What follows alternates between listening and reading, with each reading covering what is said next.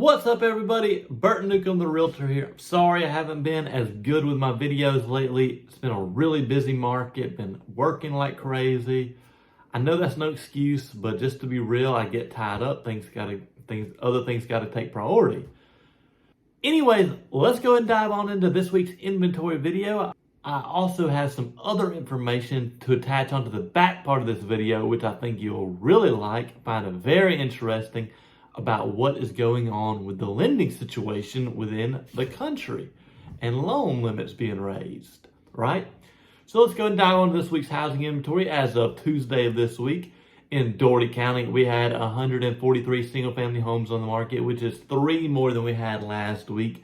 So we got a little bit of increase in inventory there. And in Lee County, we have 38 single-family homes on the market, which is 3 less than we had last week.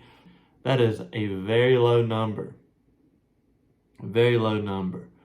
So we need to get some more houses. If you're looking to sell, definitely give me a call. Dougherty County and Lee County, the market's still really, really hot. It's traditional of this time of year for the housing market to slow down just a little bit, mainly due to, the holidays and stuff that are coming up. People, they want to hang out with their family and stuff, which I completely understand. Also, without a doubt, many people's opinion is that housing is becoming more and more unaffordable than ever. Housing prices are growing faster and faster as well in many states and towns all across the country as a national average. In fact, more than half the country, housing values are up over 50% more than they were just 3 years ago. This has all contributed to a lot of inflation, along with it's getting more and more expensive to build, more and more expensive to buy, more and more expensive to do just about everything, which we're going to talk a little bit more about in this video. Many people think that this will lead to another 2008 crisis, which I would disagree on. I have made videos about this several times about why I think that is not going to happen. Let's talk more about that.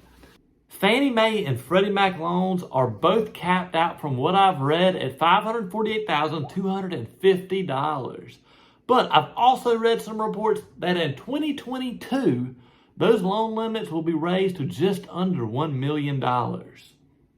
That will essentially be able to change the debt-to-income ratio for more and more buyers, for sure. They've also got some other things that they're adding in as well. So your traditional home mortgage is either 15 or 30 years, and it is now in talks to make a 40-year mortgage a realistic opportunity, which will help change the debt-to-income ratio for many buyers. Basically, you can make less money, buy more house. Changing the debt-to-income ratio, in my opinion, will push people to spend even more to buy a house. That will drive the market even more. I think the rates are going to stay low as well.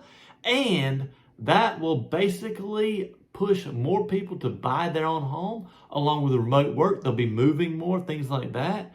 I think that's going to drive our inventory levels even lower. Side note, I have a personal opinion that maybe the government is trying to create so much inflation that it lowers their own debt-to-income ratio for other countries. But that's just my opinion. Don't form your own. CNBC reported that new mortgage refinance programs from Fannie Mae and Freddie Mac are expanding to where people can have more home with less income. The Wall Street Journal basically said that, some of these things that they're talking about with the 40-year mortgage and changing the loan limits is basically so that, more people can have more housing, which is a very good thing. Basically, they'll be able to lend more to the overall markets. Basically, you can finance a home for more money over a long period of time, reducing your payments. Also, another side note here that I really want you to urge to think about if you're looking to buying a home: please do not buy more home than you can reasonably afford. A lot of people, they want to go out and get approved for a large amount of money to buy their dream home or something. And I understand you want to fulfill your dreams, and I'm not telling you not to do that. I'm just saying, with good conscience, I cannot tell you to buy more house than you can reasonably afford. I personally hate seeing debt being built up. I hate debt myself.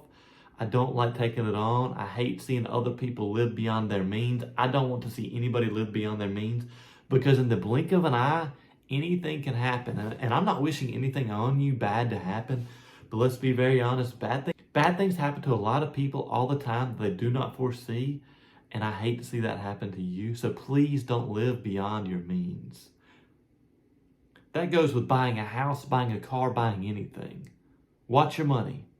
With these programs that the government is trying to raise the debt income ratio and all the other things we've talked about, 40-year mortgages, etc. Some people are under the personal opinion the government should not do these things, because at what point does the government step in and say, hey, we're done changing things, Let's let the individual markets do it themselves. Their own lenders lend their own money, etc. And I can understand that point of view as well. It's just all about what's going to happen. What do you think is going to happen? I think that the government will continue to step into place. Whether I think they should or should not is a whole nother point of view, a whole nother conversation. But I do continue to see that happening in the future. Do I personally think this will lead to another housing crisis, another housing price drop? I don't.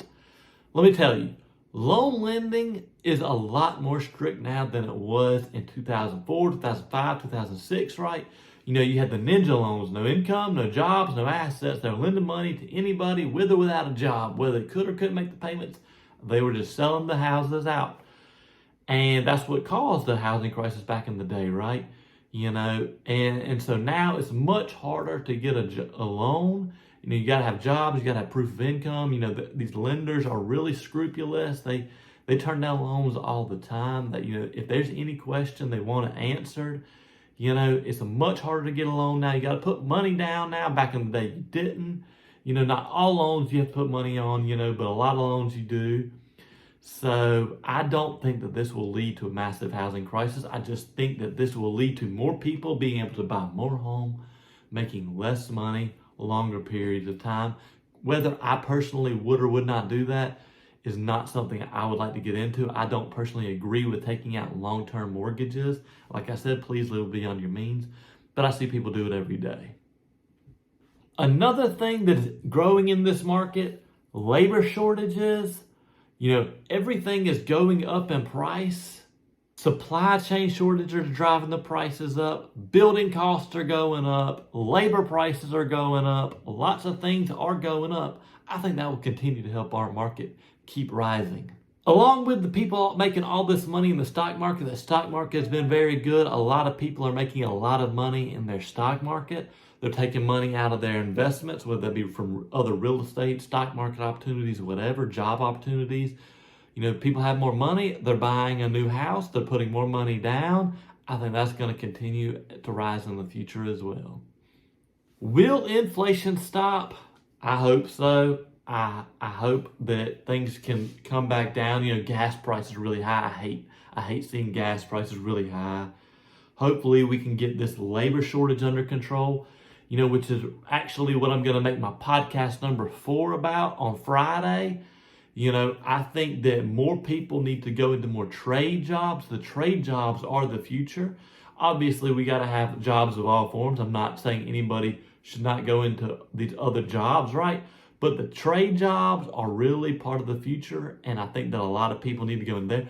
Plumbing jobs, electrician jobs, framing jobs. It's hard to find those people right now. There's a massive demand for all trade jobs that I know of, and I think that that is something that people should really look more into. Like I said, podcast number 4 on Friday, I'm going to put up, and that'll go more into that as well. I think the rates are going to continue to be low. I think that hopefully we can get this job shortage under control, but I still think that market is going to grow massively. I think that people are transitory. I think that people are moving. I think that people are trading up, and I think that's going to keep the housing market growing. I think hopefully it'll level off here some, won't grow as much. That's just my personal opinion. If you like my videos, hit the like button, hit the subscribe button. Check out my video on Friday, podcast number 4, Living in Albany, Georgia. Y'all have a great week. Once again, this is all research I have done independently. Please do your own research to form your own conclusions about everything I've stated.